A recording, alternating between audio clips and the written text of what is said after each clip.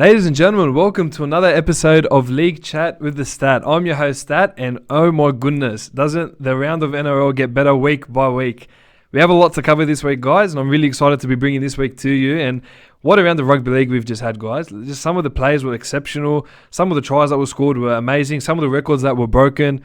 A lot to get through this week, guys, so let's get straight into it. First things first, like I did last week, we're going to start off with the NRL ladder. And we're going to just go with 1 to 16, real basic, real quick, just to see what it's looking like and who's competing for the finals and who's out of it. So let's get started straight away. Coming first is Parramatta on 16 points. Second is Penrith Panthers. Like I said last week, it's good to see the teams that are at the top in New South Wales and are at the top again this week, which is very good. And then you have Melbourne Storm and Sydney Roosters that round out the top four. My personal opinion, I do believe that they will be the top four come the time for finals. I don't see any other team break those four teams and get in the top four. These are just the standout performers of the year so far, and I'm really excited to see how it shapes and who will come first and who will drop to fourth. So it's going to be very interesting in that top four. From 5th to 8th, we've got Newcastle, we've got South Sydney, Canberra, and the Tigers. They round out the top 8 for us coming in the round 9. Now, going down the bottom half of the 8, we've got the Sharks, the Sea Eagles, we have the St. George Illawarra Dragons, the Cowboys, we have the Warriors, the Broncos, who are 14th after that win, bumped them up one spot. For those Brisbane fans that I know are very happy, it's good to see you guys aren't laying around in 15th. We've got Gold Coast Titans in 15th, and my famous club, Canterbury Bankstown Bulldogs, sitting dead last. To be quite honest with you, I'll be dead honest and say that every team except from the Bulldogs are ready to compete for the finals. They're up there within the ladder. You've got to understand that between the top 8, between 8th and 15th is 2 points. The only thing that's separating it is just the points differential. So every year, the games get tighter. As the season goes on, the games get so much closer, and year by year, it's almost so hard to tell apart. And it's so important how much the for and against plays apart. So it's going to be a crazy end to how this year goes. And look, I'm really excited, but we're bracing for another crazy finish this year. Let's get straight into what was round 9, and the Roosters 42 defeating the Cowboys 16. And well, can I just say the depth of the Sydney Roosters is remarkable. Their depth is something else. They lost Sam Verrills to an ACL injury. They lost Victor Radley to an ACL injury. They had Boyd Corden arrested for the game. They lost Brett Morris in the warm-up. The people that came in and stood out for them and replaced them were fantastic. Matthew Cavalli scored 5 tries. First Rooster since 1955 to get that accomplished. In recent memory, you think of Nigel Vangana, who scored 5 tries for the Bulldogs against the Rabbitohs back in 2002 or 2003. And the most recent one, Alex Johnston, the current Rabbitohs player, who also scored 5 tries not long ago. So it was awesome to see someone like Matty Cavalli, who is a part-timer and who's a 4th-string Rooster for the wing, actually get 5 tries, which was awesome to see. As I said, their depth was great. Ryan Hall played well. He didn't score a try, and it's very unlucky. He's had such a great try-scoring record over in England, and he's been in the Roosters for almost 3 years now, and he still hasn't scored a try whenever he's had the opportunity. So, look, in time that'll come, I believe, but their depth killed it. You know, Jake Friend early came off with a HIA, and I got to watch this game. Very fortunate, I got to watch this game with Tim Manor this week. It was that was quite the highlight for my week. And as we watched the game, we just started to dissect the game, and we came to the conclusion like you cannot stop James Tedesco. He is exceptional. Week by week, he's just a part of everything. He didn't score a try that game, but he had a couple try assists, a few line break assists. Now, he was fantastic, and he did so well, complimenting Luke Keary again, who scored another few tries, and it was just so good to see the Roosters going again to another gear. Now, the Cowboys, they've been shocking. I'll be honest with you, they've been woeful. They've conceded 84 points in 2 games. That's not good enough. You've got Paul Green, who's running the show there, and he's put in Valentine Holmes to play on the wing. He came off scratching the week before with his ankle, and he passed, I don't know what sort of fitness test he passed, but he's never re-aggravated that ankle injury, and he's out for the next 8 to 10 weeks. It's very poor coaching from Paul Green there. It's not good enough. The Cowboys have conceded 84 points in 2 weeks. 42 from the Eels last week, and 42 again from the Roosters.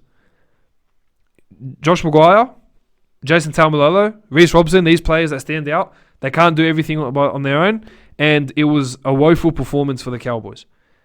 More of a, like some other clubs, 1 step forward, 2 steps back kind of performance. And you'd think they'd bounce back after the beating they copped last week, but obviously goes to show that it doesn't really matter. Like, they just put out another pathetic performance, and And look, but I didn't understand. I mean, Cowboys for the first 20 to 30 minutes had Roosters on the ropes.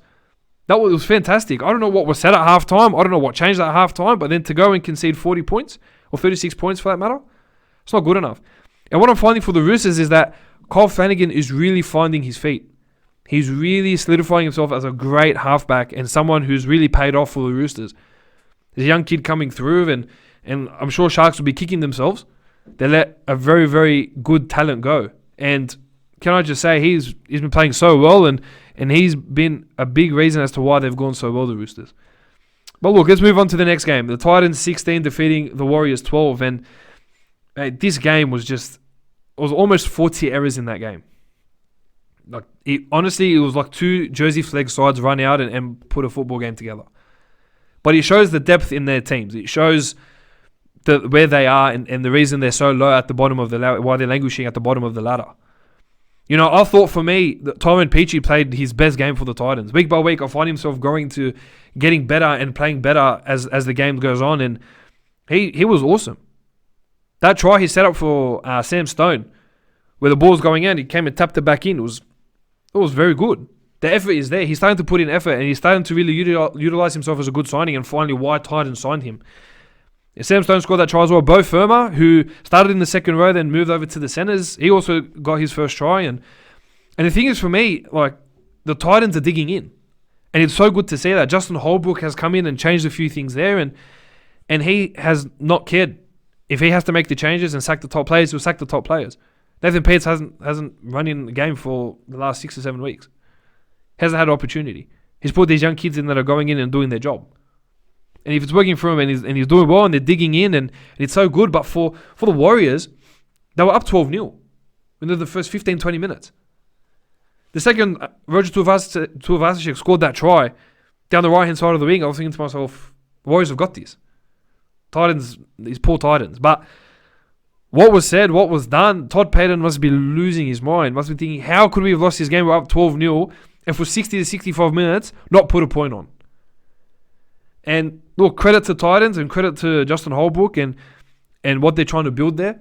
And yeah, look, as I said, very, very high error count game. And it's good to see the Titans finally string a win. Look, they've won 3 of 9 this year, and yeah, they're still near the bottom, but it takes time.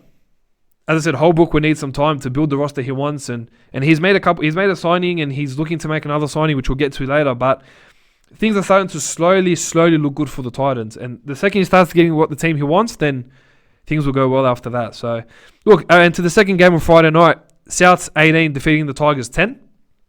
And this game had it all. Very gritty performance from both sides. Josh Reynolds.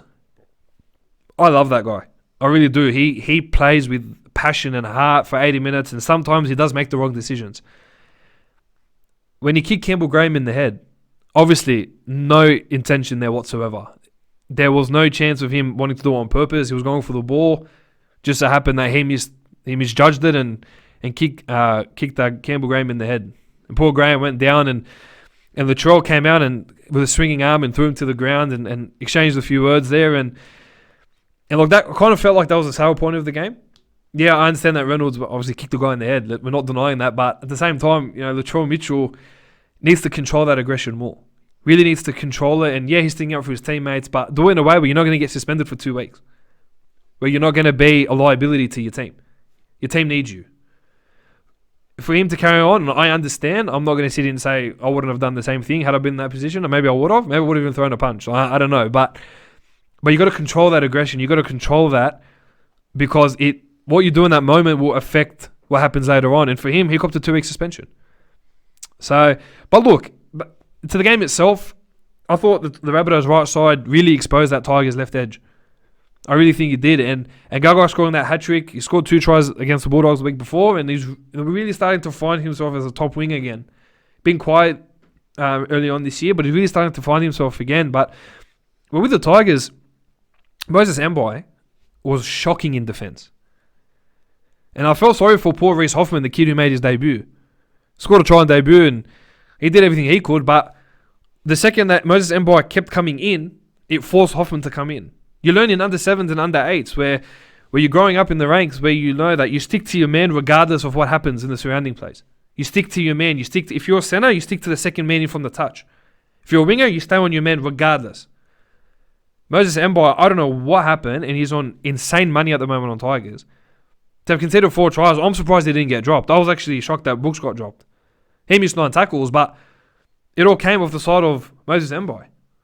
And the Tigers, look, they were gritty, and they're really trying to find themselves right now and really make themselves a genuine top 8 contender, but at the moment, they're struggling to put that finishing touch.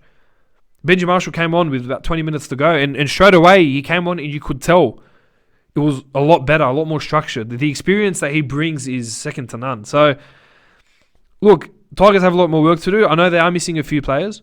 They're missing some grunt up front, and they're missing some backs.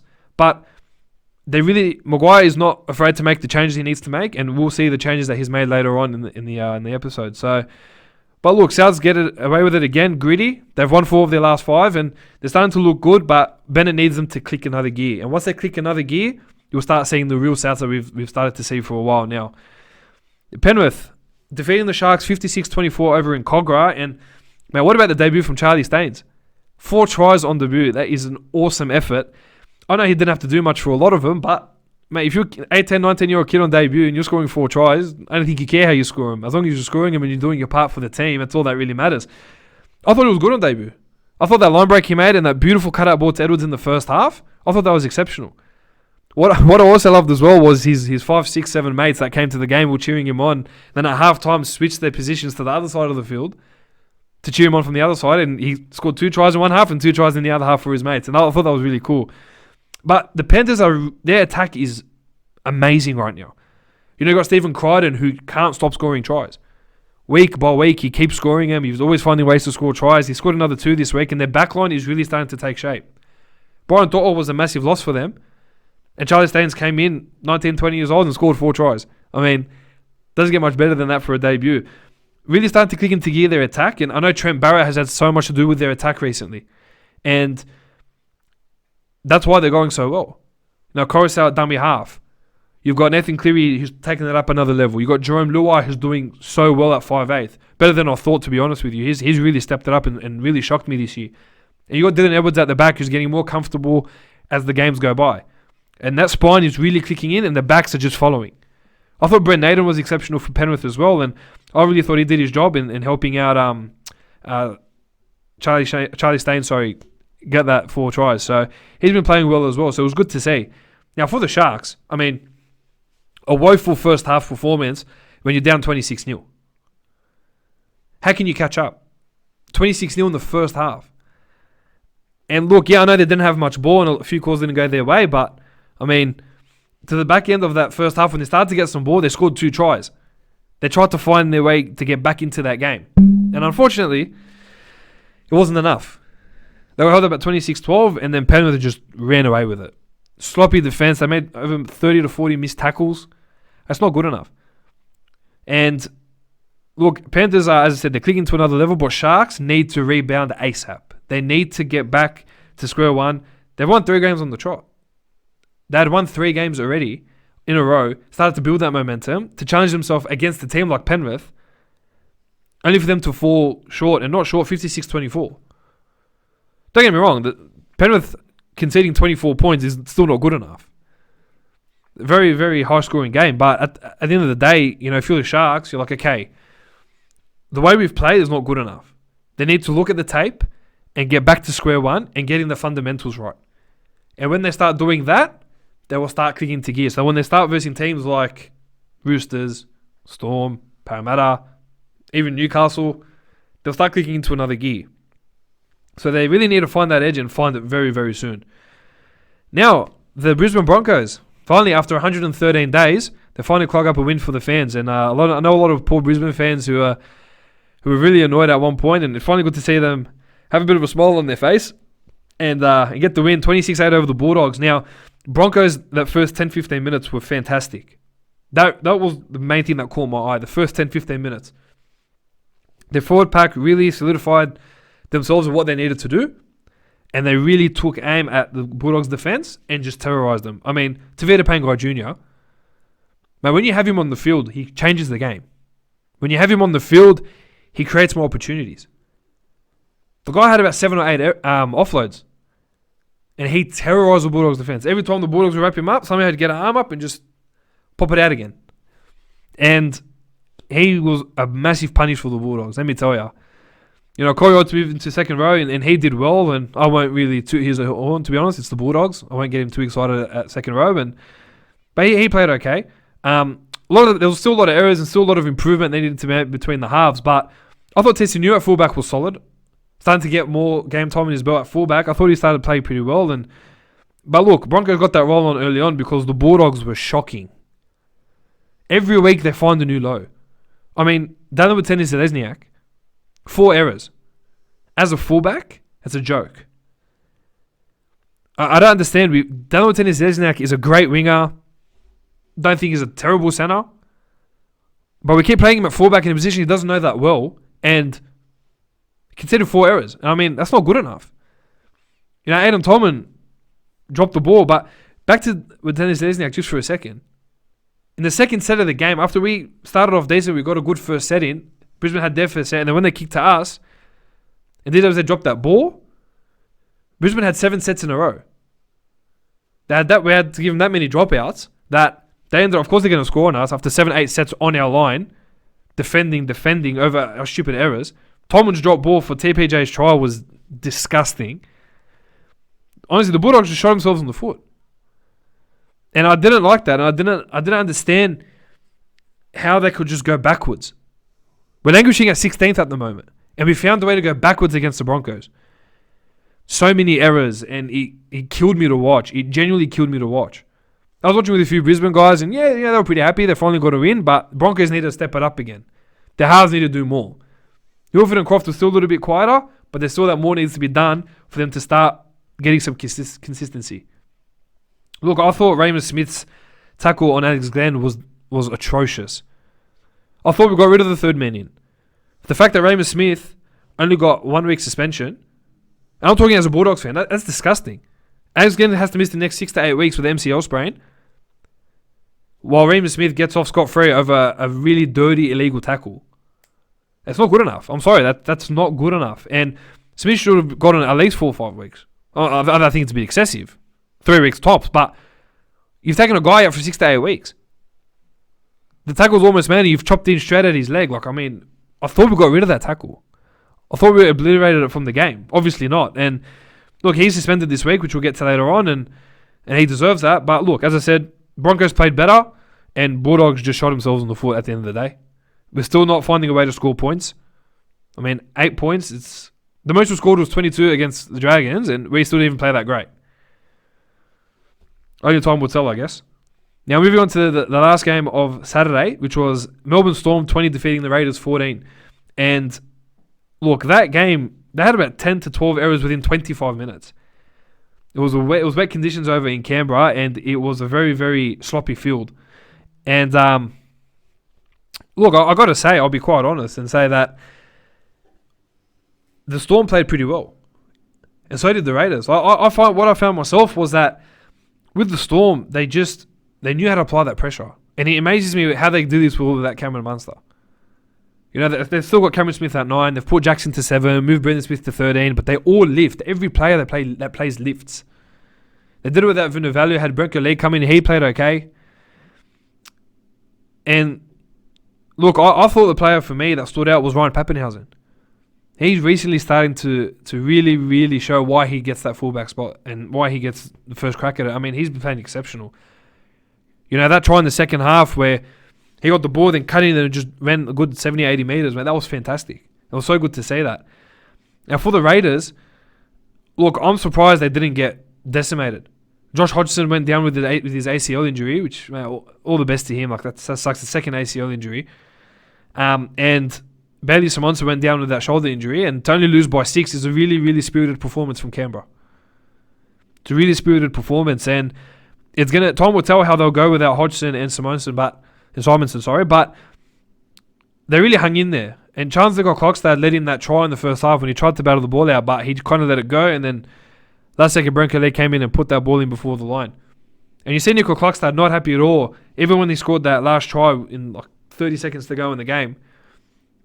And he came and he was upset and he was just not happy, didn't want to borrow of it. Full-time man, he bawled his eyes out because he felt like he lost the game for the team.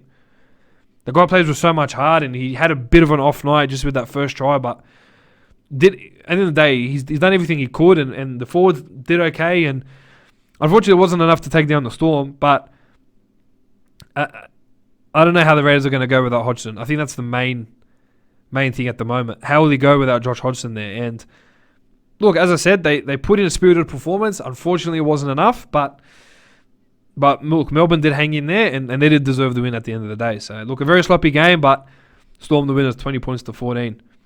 Now, the Parramatta Eels 10 defeating the Newcastle Knights 4, and that was a very tough game. Very gritty, went down to the wire. I mean, there wasn't much that separated the two teams, to be quite honest. They were both sloppy for a good portion of that game. I thought Nathan Brown, he like Tevita Pangai Jr., like he comes on the field and he just is unbelievable. You know, I love Nathan Brown. I rate him so highly as a bloke and as a player. Having spent a bit of time with him, he's an absolute champion of a guy, and by seeing him in his performances, he's fantastic. I don't want him to have that kind of bad rap in the judiciary where he makes a silly tackle and he's out for 2-3 weeks. Plays a couple games and out for a couple weeks. He's so strong for their pack. You know, I thought Sean Lane and Madison, again, did so well. I thought Campbell Gillard led from the front once again. Junior Paulo had to come off with a sore back, but the Eagles forwards are really laying that platform for the backs to do what they need to do. Look, for the Knights, I mean, they blew a lot of chances as well. Let's be fair. They weren't amazing. They did blow a lot of chances, but so did Para.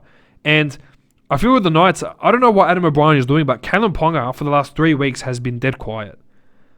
I'll admit it. On Sunday, he did a bit more than what he's done the last few weeks, but still not enough to lift that side. I started to notice that left edge has been a lot more quieter. You know, with Bradman Best not getting much ball, and when he gets the ball, like it's kind of awkward, and it's not. It felt like it's not as structured as it used to be. I think Adam O'Brien wants Ponga targeting that right side, which I mentioned a few weeks ago, but it's not paying off, and Ponga is getting quieter and quieter as the game goes on. I don't know if it's a coach killer. I don't know what Adam O'Brien's trying to do. I know he wants to play both sides of the field and get familiar with both sides and build connections, but at the moment, the Knights need to be scoring points. And Kalen Ponga is the main man to get that happening. They need to go back to that left-hand edge. Really start attacking it. Get more points flowing. Get Ponga to have a bit more freedom. Don't put him so structured. Give him the ball and let him do his thing and get people surrounding him to do that. But look, as I said, it was a tough performance, and Knights will need to know where they're at as well. I think it was a good thing for them to know where they're at. As I said, not much separated them. It was just a penalty where Gutho ran through and then passed the ball to Sivo and scored. Apart from that, I don't know, that game would have gone probably to 4-4. Let's be honest. So, look, Eagles do need to play better. And the Knights do need to lift as well. But look, as I said, Eagles are sitting comfortable on the top. Brad Arthur's very happy. I mean, who isn't? You're coming first. So, a lot of improvement for both of those teams. But as I said, 10-4, very gritty. Didn't mind the contest at all. But yeah, definitely a lot of room for improvement. And the last game of the round, Dragons 34 pumping the Sea Eagles 4. And can I just say, Ben Hunt's move to number 9 has been a long time coming. I didn't care that he sees himself as a 7. He is so much better at 9. His vision is fantastic. The way he sees things, how he knows where he's going to get created from dummy half. That's where the play starts. And he did so well on the weekend. He's been fantastic. I thought Norman really lifted. I gave him a good roasting last week after how he performed against Canberra. But he really lifted this week, and it was good to see that the Dragons are starting to play a little bit more comfortable. I thought Ewan Aiken, who hasn't been great since early last year where he was tipped to play Origin, starting to find his feet and starting to get over those niggling injuries that's kept him out for so long. But for the Sea Eagles, I mean, they're really struggling at the moment. They are really, really struggling. I know that Daly Cherry Evans is doing everything he can to live, but when you don't have a consistent 5'8" with you, 1 week you've got Lachlan Croker, 1 week you've got Cade Cust, then you've got Croker, then you've got Cust. I mean, they need to find someone to be there for a little while until Walker comes back. And this here is struggling at the moment. And they were missing Adam Fanua-Blake as well, which would have affected their go forward big time. And they just weren't good enough.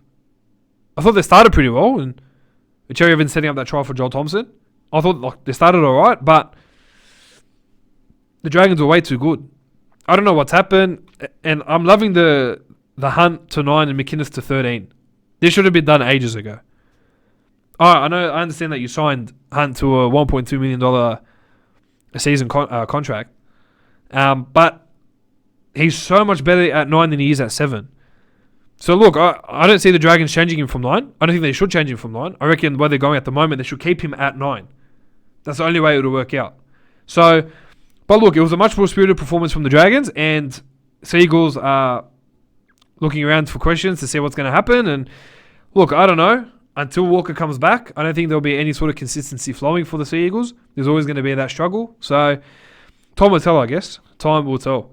Now, moving over to news around the NRL world, and there's a bit to cover, so get straight into it. Now, there was a bit of unrest last week at the Broncos with Corey Oates and Jermaine Asako, both looking to be on the outer, and obviously Bulldogs being interested in them. But then again, Bulldogs is interested in everyone, so who knows? They've been interested to everyone in the league, and they haven't seemed to get anyone. So, but look, Brisbane are looking to move on some players so that they can restructure their squad. This whole circus with David Fifita, makes a decision, I'm going to go to the Titans, sleeps on it, wakes up the next morning, says, look, I'm not going anymore. Then calls the Titans and says, look, I'm sorry, I'm not going to come. And then changed the offer from 1.1 mil to 1.25 million. Brisbane can only offer $700,000 a season. So he's sacrificing, if he stays at Brisbane, $550,000. There was a report that came out that David Fifita only wanted to sign a 1-year contract with the Titans and then go back in 2022 to the Broncos. I mean, it's a bit ridiculous, especially if putting 1.25 million on a player like him. Now, look, as I said, it's a lot of money being thrown at a 19, 20-year-old kid, and I understand the pressures that are involved, but look, as I said, at the end of the day, Titans are desperate, and they need to build players around, good players around their squad, and unfortunately, they see David Fifita as one of those, and it's just a matter of time whether he actually does sign or whether he doesn't. I've been hearing it should come to a close by the Tigers-Broncos game, but then again, with this circus, who knows? On the Broncos still, and Tessinu has re-signed for 2 more years. Having him re-signed for 2 years is a good boost for the club, especially with the fact that with so many player movements happening and Brisbane wanting to start clearing out their roster a little bit, it's good to see one of the kids who almost went to Titans stick solid to Broncos. So that's good to see. Now, Bulldogs are looking at getting a new stadium, a Bankwest type of stadium for Belmore. Now, they're looking at a phenomenal stadium there to fit about 20 to 25,000 people, similar to what they're having at Bankwest at the moment. I think it would be good for the club. I think it's something they need. Belmore, as much as I love the old ground, and it does need a bit of a remake. So I'm always interested in chopping and changing. But look, if they were saying as well that if it doesn't look to go ahead at Belmore, they're looking to move it to Liverpool, maybe get a bigger stadium there if things don't go well, with obviously the train station being behind the sports ground. So, look, a lot of things happening in the background at the moment, but that's where the Bulldogs are looking at getting a new stadium organised. Now, Jermaine Tanua-Brown has re-signed for 2 more years with the Warriors, which is good to see. He's been a solid front rower for them, and for him to have committed to the club is a big bonus for the team. Now, Adam Fanua-Blake copped a 2-week suspension for his retard slur to the referee, and then also as well apparently calling him a spastic.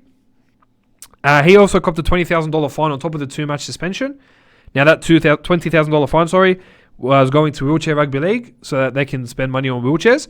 And he has also gone and said that he will volunteer as well to referee some of those games and to get a better understanding of the things he says on the field in the heat of the moment, and especially to those that are disabled. So it's really good to see that from Fanua-Blake, having to cop that punishment and put his hand up, and I do applaud the NRL for making that stance. So it's been very good to see.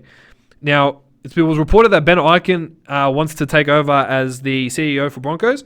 He's got 2 more years at Fox Sports, but he's also registered his interest to take over as CEO of the Broncos. As a former player there, I don't know whether he's actually qualified, but look, he does have 2 more years at Fox Sports, so it'll be interesting to see what happens with Paul White, whether he moves on at the end of the season or not. Word that was happening was actually meant to happen today, but obviously it didn't look like it went through. Tim Laffey was looking to get a release from the Saints to come back to the Bulldogs. Look, I'll be honest, Tim Laffey is a better centre than what we have at the moment, so I'll take him. I wouldn't pay him much money, but the Bulldogs are interested in bringing him on and signing him so far just to the end of the season and then reevaluating his contract position there. Kate Ellis got released from the Penrith Panthers and signed a deal with the Dragons with immediate effect to take over James Graham's spot at lock. They finally found someone after 2-3 weeks. what will happen there? He was also signed up to the just at the end of the season. Again, they'll reevaluate his contract position then. And look, I don't think it's a terrible buy. I mean, he has been pretty good in first grade when he's played, so he will be a handy boost for the Dragons. Now, 18-year-old Harry Rushton, second rower that plays at Wigan Warriors, has signed a 3-year deal to join Canberra Raiders, another English import coming over next year, starting from 2021. They have big reps on this kid, and they expect him to be a top quality second rower for the Raiders from next year onwards. So, pretty decent signing. Now, this one kind of blew my mind. Corey Harawira-Naera and Jaden Okunbor have had their contracts reinstated.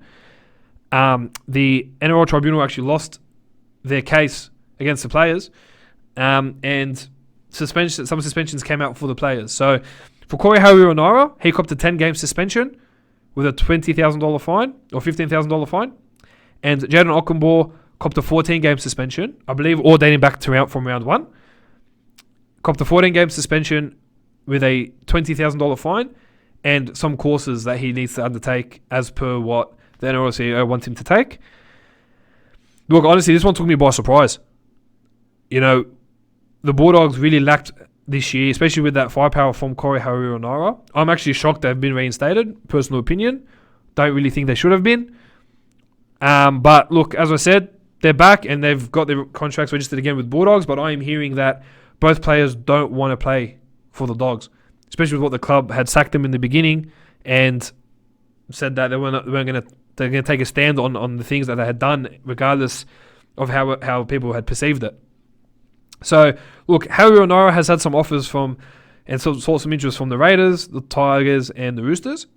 With Jaden Okunbor, I know Manly was someone they were looking at one point, but as I said, that's not really confirmed at the moment. He doesn't have as much interest as Harawira-Naera does, being that CHN was a former New Zealand international. So it'll be interesting to see what happens. I personally would prefer if Harawira-Naera stayed and Okunbor left. Not a big fan of Okunbor. Didn't offer much when he played for us. So it'll be interesting to see whether they actually do stick out their contracts with the Bulldogs. I mean, CHN has another 3 years, with this year and then 2 more years on his contract. I think Okunbor had another 2 years as well. So it'll be interesting times. On to the Gold Coast Titans, and they've confirmed the signature of Herman SASA for 2 years, starting from 2021, to bolster their pack.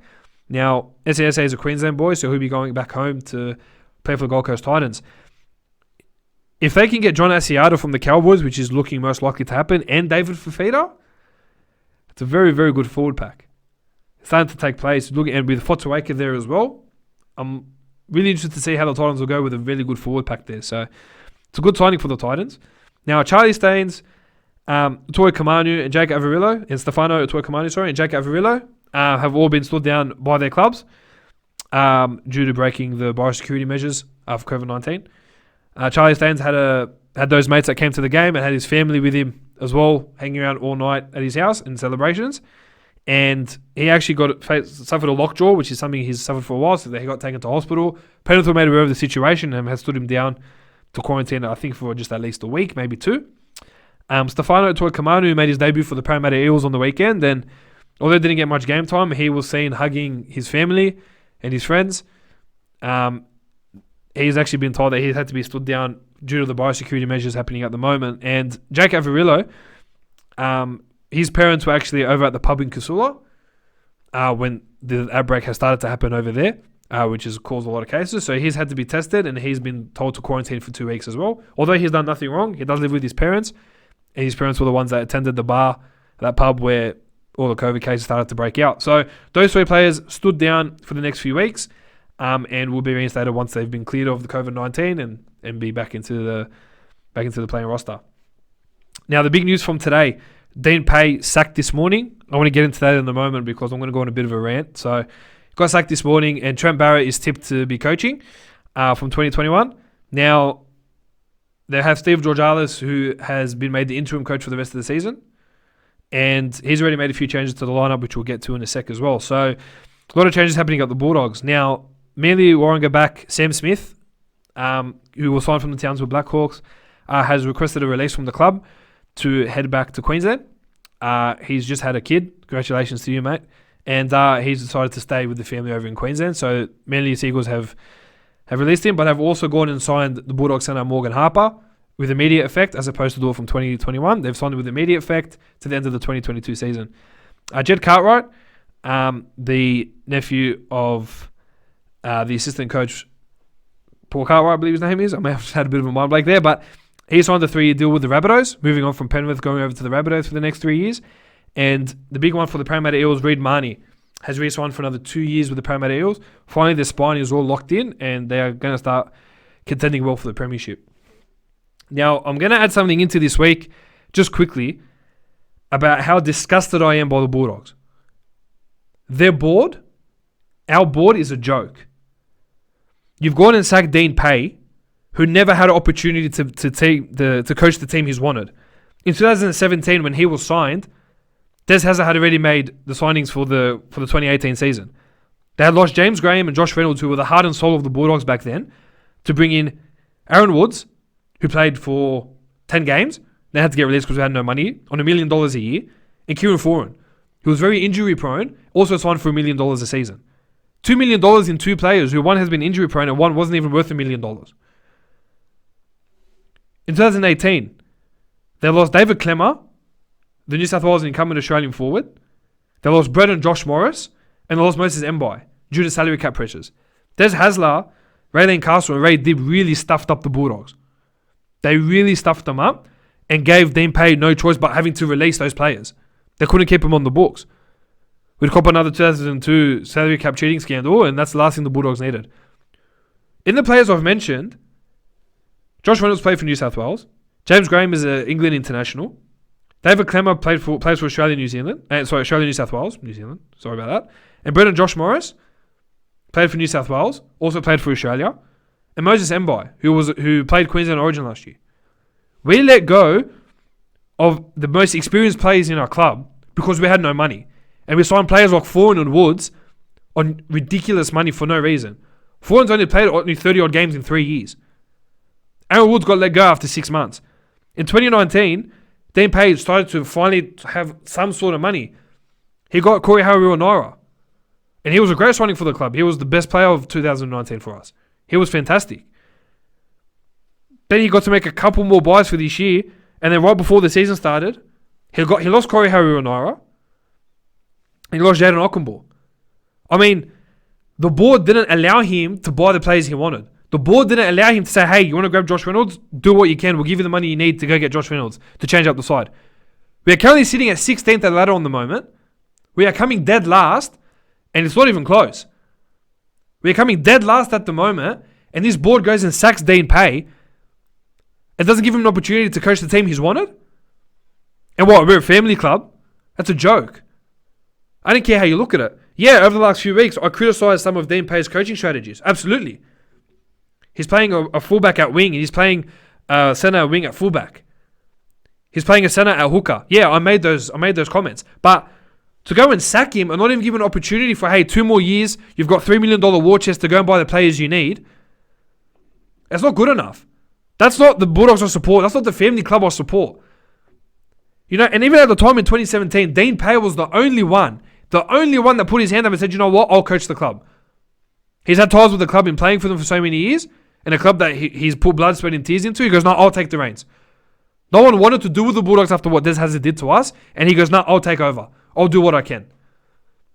And this board, Lynn Anderson, you're pathetic. You wouldn't even give him a chance to build the team he wants, and you sack him. You know what? I'm glad Dean Pay quit instead of having to get sacked. I'm very glad. But 8 a.m. he walked in this morning, said I'm quitting, spoke to the players, walked straight out. Shouldn't have to get treated like that. And I feel sorry for any coach, if it's going to be Trent Barrett or it's going to be anyone else that we've been rumoured to, Eddie Jones, for crying out loud. Any coach that comes to coach the Bulldogs, mate, good luck. Our board at the moment is so toxic. Lynn Anderson has to go. There's a very successful CEO in Paul Dunn who's been so successful for the Rabbitohs and a phenomenal businessman. Bring him in. Put him in. They've had preliminary discussions. Put him in. Let's get our club to being a family club again. I can't sit here and tolerate these decisions that we're making as a club. It's not good enough. And we're sitting at 16th. We're 4 points away from 15th in Broncos. They're not great, but we are pathetic. And we wouldn't let Pay buy a few more players and make a few more changes? Look, I'm sorry. That's not good enough. And look, mate, all the best to Dean Pay. I wish he got to stay with the club at some sort of capacity, but at the moment, we are pathetic. the way we're operating is not good enough. And I wouldn't blame any player that we've been linked to, which is the whole NRL and the whole rugby union, if they don't want to come to us. Coach, player, administrator, wouldn't surprise me. Because at the moment, we need to sort out our board. Lynn Anderson needs to go. Bring in Paul Dunn. Let's get some structure. Let's get some more family-orientated things happening here. And let's get a coach that will put in some great players that'll attack really well and defend really well and put some pride back into the jersey. For crying out loud, we don't even have a major sponsor. 2 of our players went and got up in some indecent acts to start the season. I won't get into that. But, yeah, all right, these are distractions. But how can you expect Dean Pay to keep the same team year after year, not make the changes he wants to make, and say, oh, it's not good enough, you're sitting 1 from 10th? Of course he's going to sit 1 from 10th. Out of 9 games he's played, he's only won 1. That's not good enough. And I'm disgusted. As a Bulldogs fan, I'm disgusted at this board. It makes me sick to my stomach the way we've treated Dean Pay. And yeah, as I said, I'm a normal fan. I have my criticism of Dean Pay. I have made my comments. But at the end of the day, it's not good enough. We need to do more as a club. We need to do more as a playing group to instill some pride back into our club. Look, that's my little rant. I don't want to go further because I'll talk for another hour and a half and I don't want to do that. But look, let's get straight into round 10 and I'll bring up the changes that were made for round 10. So Thursday night's game, we've got the Roosters coming up against the Raiders in a grand final rematch from last year. Now, Brett Morris will return onto the wing in replace of Ryan Hall, who's been moved to the extended bench. Matt Ikuvalu, after scoring 5 tries, will retain his spot on the team. And Captain Corner is back after a head knock, which will push Orbison back onto the bench and Pawasa Masuli back into the reserves. Now, for the Raiders, unfortunately, they've lost Josh Hodgson for the season with that ACL injury and Bailey Simonson with that knee injury. He's also with the shoulder injury. He was also out for the season as well. Now, Saliva Havili, who has done it before, will start back into hooker, and Jordan Rapana will come in straight to the starting side.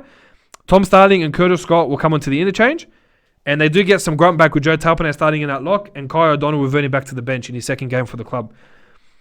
Now, look, Raiders have had a bad run with injuries recently, and it's not going to get better, unfortunately. And I do see the Roosters coming out of this on top, and I don't think it'll be a close game. I'm looking at 18 plus for the Roosters over the Raiders this Thursday night. Moving over to Friday night, we've got the Melbourne Storm taking on the Gold Coast Titans. And for the Storm, they get Cameron Munster back after 2 weeks. He will take the place of Riley Jacks. Brendan Smith will start at prop for Jesse Bromwich, who's also out as well.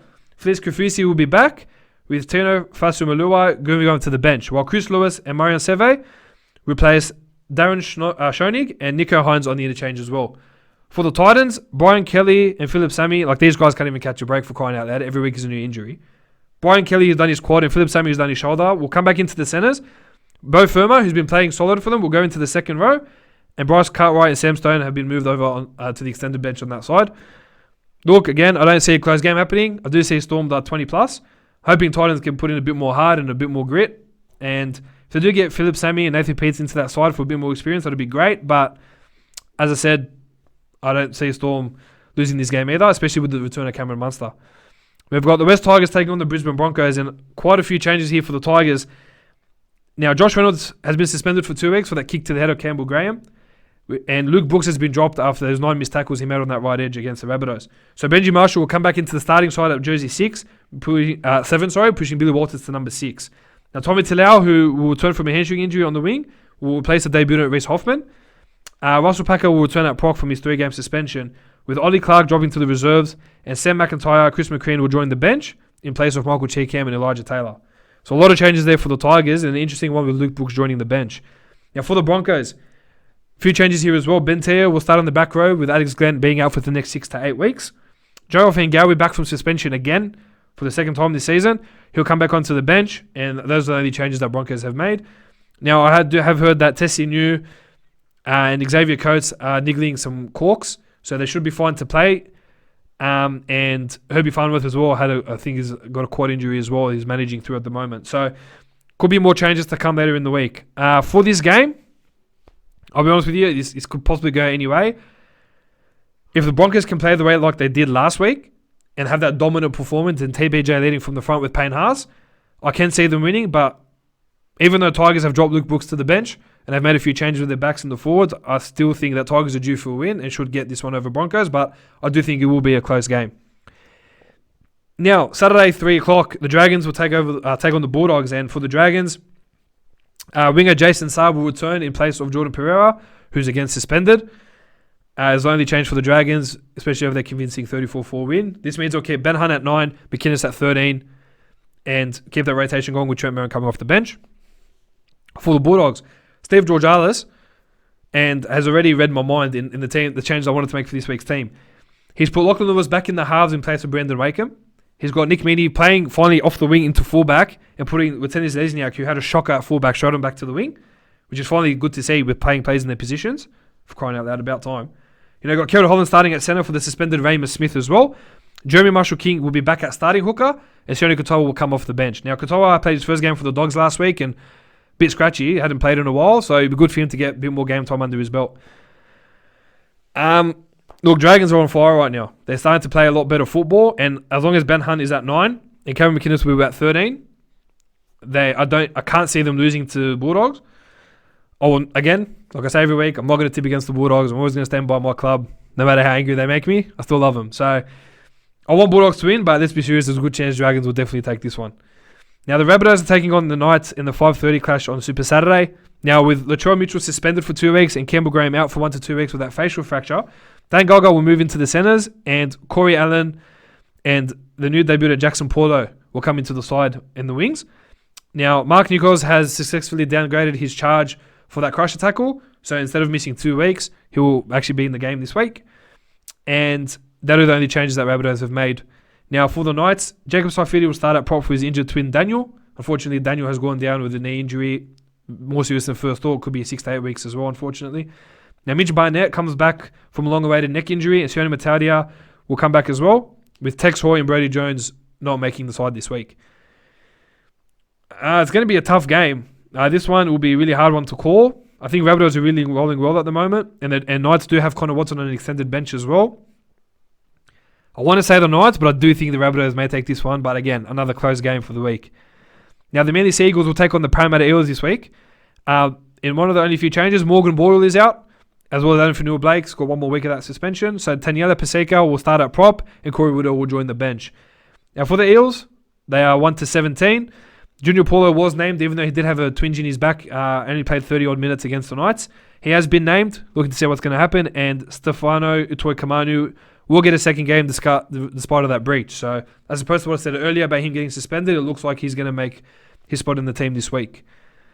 Now, for this game, I can't go past the Eels. Mitchell Moses was not named again this week, but they're still doing really well without him, as long as those forwards keep lifting, and I reckon Sea Eagles are in for another really tough game. So, could be Eels 20 plus even. So, predicting a few belters this week.